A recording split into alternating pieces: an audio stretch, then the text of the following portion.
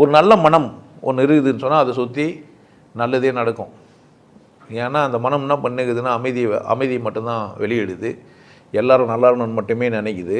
அதனால் அங்கே போனால் ஒரு கம்ஃபர்டபுள் ஜோன் வரும். என் பக்கத்தில் நீங்கள் வந்தீங்கன்னா நீங்கள் எவ்வளோ பெரிய கேள்வி வச்சுருந்தாலும் சரி இங்கே வந்து உட்காந்து கேட்க முடியாது.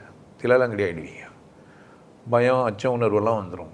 என்னை எதிர்த்து உங்களால் வந்து உட்காந்து பேசவே முடியாது. ஏன்னா அவ்வளோ நேர்மை. நான் பேசுறது நான் நடக்கிறதெல்லாம் அதே உண்மை தான். குடிப்பேன்னா குடிப்பேன், நான் இப்படி இருப்பேன்னா இப்படி. ஆனால் அதே தான் பேசுகிறதும் நடக்கிறதுனா தான். நான் முரண்பாடாக இருந்தால் தான் நீங்கள் வந்து என்னை கூட என்ன பண்ண முடியும், பேசி ஜெயிக்க முடியும். அப்போ டெலிபதியெல்லாம் இருக்குது. நான் சரியாயிட்டால் அதெல்லாம் ஒன்றும் ஆகாது.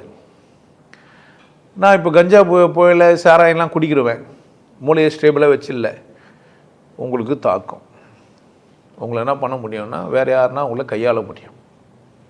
உங்கள் மனசை என்ன பண்ண முடியும், இன்னொருத்தர் கையாள முடியும்.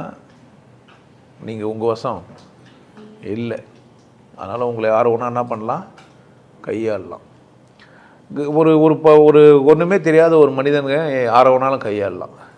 கட்டி போய் கையெழுத்து யாருமே இப்படி கை கட்டி அப்படியே ஆண்டேன்லாம் நீங்கள் சொல்லணுன்னே இல்லை.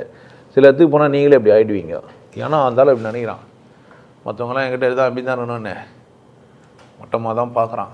ஆனால் நீங்களே என்ன பண்ணுவீங்க, அதை ஒத்துப்பீங்க.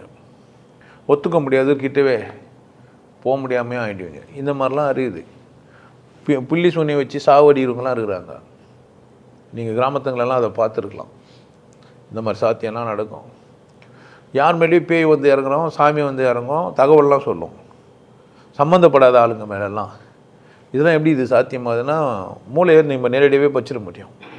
சைக்காலஜிக்கல் டேர்மில் இதெல்லாம் நடக்குது, இதெல்லாம் இருக்குது, இதெல்லாம் சாத்தியம்.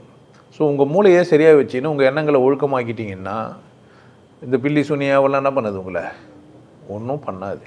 நீங்கள் ஸ்டேபிளாக இல்லை, உங்கள் மூளை சரியாக இல்லை, உங்கள் மேலே அக்கறை இல்லாமல் இருக்கிறீங்க.